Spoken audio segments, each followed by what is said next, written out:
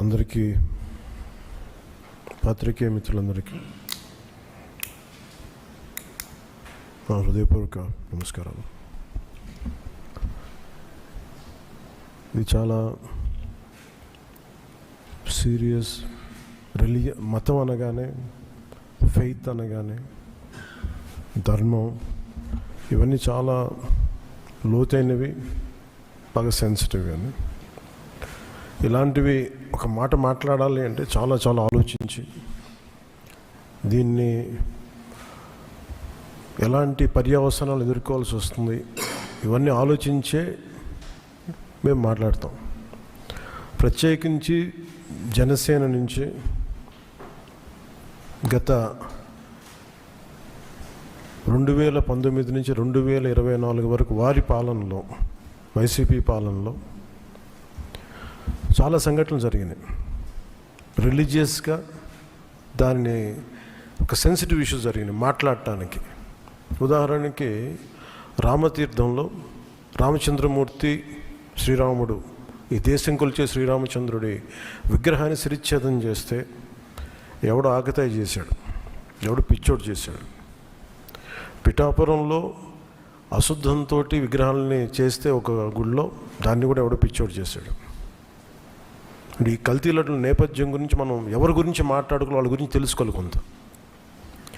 అలాగే దుర్గమ్మ వారి ఆలయంలో వెండి విగ్రహాలు మన దొంగతనం జరిగితే ఇవి పోతే ఇంకోటి కొనుక్కుందాం, దీనికి ఏంటి బిల్డింగ్లు మేడలు కడతాం, మిద్దెలు కడతామా. అలాగే అంతర్వేదిలో రథం కాలిపోతే ఎవడో పిచ్చోడు చేశాడు. ఇలాంటి సంఘటనలు నెల్లూరు నుంచి మొత్తం రాష్ట్రం నలుమూలల 219 సంఘటనలు ఇలాంటి జరిగినాయి. డెసక్రేషన్ ఆఫ్ టెంపుల్స్, దేవాలయాలు కావచ్చు, దేవాలయ పరిసర ప్రాంతాలు, దేవాలయాలు అపవిత్రం చేయటం. ఎక్కడ కూడా ఒక్కరి నిర్ణయం తీసుకున్న దాఖలాలు ఎక్కడా లేవు.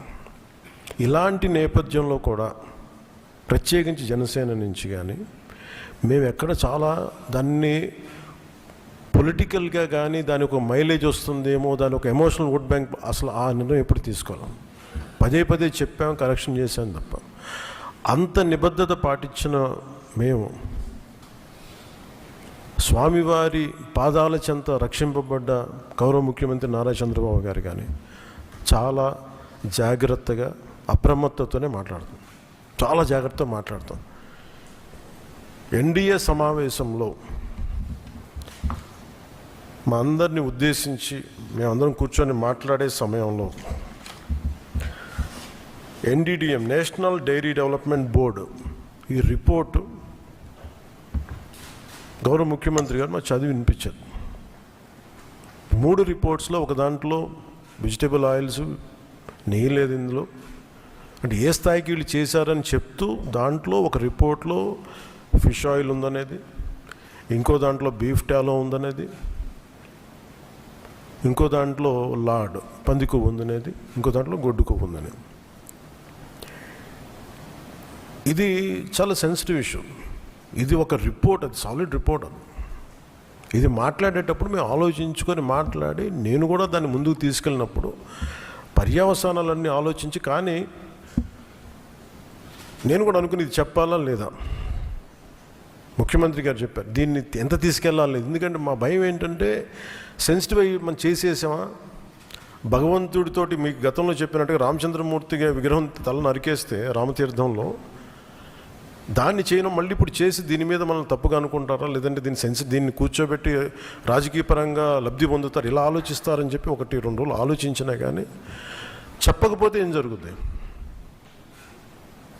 రేపొద్దున మీ అందరికీ తెలిసి కూడా మీరు ఎందుకు మాట్లాడలేదు, అదొక ప్రశ్న ఉంటుంది. అందుకని దాన్ని మాట్లాడాల్సి వచ్చింది. ఎందుకంటే ఆల్రెడీ మేము గవర్నమెంట్ ఫామ్ అయ్యాం, 5 years మేమే ప్రభుత్వంలో ఉంటాం. ఇది లాస్ట్ 6 నెలల్లో ఏదైనా ఉందంటే ఒక మేము ఇలాంటి ఏదైనా చేసాం ఒక అర్థం ఉంటుంది.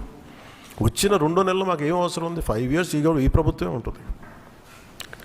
ప్రజలు ఎన్నుకున్నారు. ఇది తీసుకెళ్ళకపోతే తప్పు అవుద్ది. ఎందుకంటే మా బేసిక్గా అందరం ప్రతి మతాన్ని గౌరవించే సంస్కృతి ఇది. ఈ దేశంలో హైందవ సంస్కృతి లేకపోతే మిగతా సంస్కృతులు లేవు. అలాంటి హైందవ సంస్కృతి మీద ఇంత అపవిత్రం జరిగినప్పుడు వీళ్ళు రిపీటెడ్గా చేస్తున్నప్పుడు ఇది చెప్పాలా లేదా అని కూర్చొని చాలా తర్జనలు మర్జనలు పడి నాకు పర్సనల్గా గిల్ట్ ఉండి, అరే మనం ఇంత కళ్ళ ముందు ఇంత రిపోర్ట్ మాట్లాడకపోవటం అని చెప్పి మాట్లాడి చేసిన తర్వాత దాని తద్వారా మీ అంశాలు తెలుసు. అది సుప్రీంకోర్టు దాకా వెళ్ళింది. కొంతమంది మీరు ఇట్లా అన్నారు, లార్జ్కి లబ్ధున్నారు, మాకేం పోతుంది, 5 సంవత్సరాలు మేమే ఉంటాం, మాకు ఆ భయాలు లేవు. కానీ దీన్ని కరెక్ట్ చేయకపోతే ఎందుకు మాకు ఉంది అంటే దీనికి నేపథ్యం అసలు వీళ్ళని మీరు ఎగ్జామిన్ చేయాలి. ఈ సమావేశం ద్వారా ప్రజలందరూ కూడా మేము ఏం ఎగ్జామిన్ చేస్తున్నామంటే వీళ్ళు ఎలాంటి పరంపర నుంచి వచ్చారు, వారసత్వం ఏంటి వీళ్ళకి. వీళ్ళు భగవంతుడి మీద పగబట్టారు. వీళ్ళు ఏడుకొండల స్వామి మీద పగ ఉంది. అది ఈరోజు పగ కాదు, ఏం పగో నాకు అర్థం కాదు. అది 7 కొండలు అంటాం. 7 కొండలు ఎందుకు, నీకు 2 కొండలు చాలు. భగవంతుడి మీద పగ ఏంటి? ఎవరికైనా వ్యక్తిగతంగా వర్గాల మీద పగ ఉండొచ్చు, ప్రత్యర్థి మీద పగ ఉండొచ్చు, కానీ విచిత్రంగా వీళ్ళు భగవంతుడి మీద పగబట్టారు. మేము ఆ కోణం నుంచి నాకు అనిపించింది దీన్ని కరెక్ట్ చేయాలి, ఇది చెప్పాలి. ఇది నేను ఎందుకంటే నేను మాట్లాడేటప్పుడు మేము చాలా ఒళ్ళు దగ్గర పెట్టుకొని మాట్లాడతాం. ఎందుకంటే వీల్ ఫేస్ ద కాన్సిక్వెన్స్ మాకు తెలుసు. ఉదాహరణకి మీకు అయోధ్య రామ మందిరం నిర్మాణానికి ఈ దేశం ఎంత తల్లడిల్లిపోయింది, ఎంత కదిలింది, ఎన్ని గొడవలు జరిగినాయి, ఇలాంటి దీనికి కూడా వీళ్ళు పంపించిన దాదాపు 1,00,000 లడ్డూలు. ఇవన్నీ కూర్చోబెట్టి ఇన్ఫర్మేషన్ తీసుకుంటామంటే ఒకటి అసలు ఏం జరిగింది అన్నీ మొన్న వీళ్ళు చెప్పిన రిపోర్ట్లోనే దాంట్లో యానిమల్ కొవ్వు లేదంటున్నారు. సరే, ఫర్ ఎగ్జాంపుల్ నేను ఒక ఆర్గ్యుమెంట్ సేక్ అన్ని రిపోర్ట్స్లో కూడా ఎక్కడ కూడా ఈ నెయ్యిలో నెయ్యి లేదు. 59,70,000 పైచిలుకు కిలోలు ఉండే 59,70,000 కిలోల నెయ్యి. మీరు ఇది ఈ కల్తీ నెయ్యి అని కూడా దీన్ని కల్తీ వనస్పతి, కల్తీ పామాయిల్ అనాలి దీన్ని. ఇవి దీంతో కలిపి ఇన్ని కోట్ల లడ్డూలు చేసిన తర్వాత దాంట్లో 1,00,000 లడ్డూలు అక్కడ కూడా పంపించారు, అయోధ్య కూడా పంపించారు. వీటి నేపథ్యం మొత్తం రిపోర్ట్స్ అన్నీ వచ్చిన తర్వాత ఈ నెయ్యిలో ఎక్కడా కూడా 59,70,000 ఇక్కడ లడ్లు దీనికి సంబంధించింది వీళ్ళు అనుకున్న సోకాల్ నెయ్యి సప్లై చేసి దాంట్లో ఆన్ రికార్డ్ 58 లక్షల పామ్ ఆయిల్ దానికి సంబంధించిన ప్లాంట్ బేస్డ్ అన్నీ దొరికినాయి. అవి కాకుండా 1,70,000 నుంచి దాదాపు 2 లక్షల వరకు కెమికల్స్ దొరికినాయి. ఇవి ఆన్ రికార్డ్ వాళ్ళు కొన్నట్టు. మీకు టీటీడీకి మేము ఇన్ని లక్షలు 59 లక్షల పైచీలకు నెయ్యి సప్లై చేసామంటే ఆ పర్టికులర్ కంపెనీ 58 లక్షల పైచీలకు వీళ్ళు మనకి పామ్ ఆయిల్ దానికి సంబంధిత అన్నీ కొన్నారు. అలాగే 1,70,000 ఈ కెమికల్స్ కొన్నారు. ఇవన్నీ చాలా ఆన్ రికార్డ్ దొరికారు. ఎక్కడా కూడా సిబిఐ కానీ ఎక్కడ క్లీన్ చిట్ ఇవ్వలేదు. క్లీన్ చిట్ ఎక్కడ ఇవ్వలేదు. వాళ్ళు వెరీ క్లియర్ కట్గా చెప్పింది ఈ నెయ్యిలో పూర్తిగా ఇది ప్లాంట్ బేస్డ్, అంటే దీంట్లో నెయ్యి మన పాల నుంచి పాల కొవ్వు నుంచి రావాల్సింది, దీంట్లో ఇది లేదు. చాలా చాలా స్పష్టంగా అది చెప్పారు. మిగతాయి మేము నిర్ధారించలేకపోతాం, మా దగ్గర ఇన్ఫర్మేషన్ లేదు అనేది ఒక రిపోర్ట్ వాళ్ళు చెప్పింది. అలాగే national dairy development board very క్లియర్గా చెప్పింది దీంట్లో ఫిష్ ఆయిల్, అలాగే గొడ్డు కొవ్వు, పంది కొవ్వు, ఇవన్నీ లార్డ్ మన ఇంగ్లీష్ పదాలతో ఇవి ఉండే అవకాశాలు ఉన్నాయి. చాలా స్పష్టంగా వాళ్ళు ఇచ్చారు. ఈ ప్రాసెస్లో వీళ్ళు దీన్ని కూర్చోబెట్టి అడ్డగోలుగా మాట్లాడితే, ఎందుకంటే వీళ్ళకి ఏ రోజు కూడా ఈ ధర్మం మీద వాళ్ళకి గౌరవం లేదు.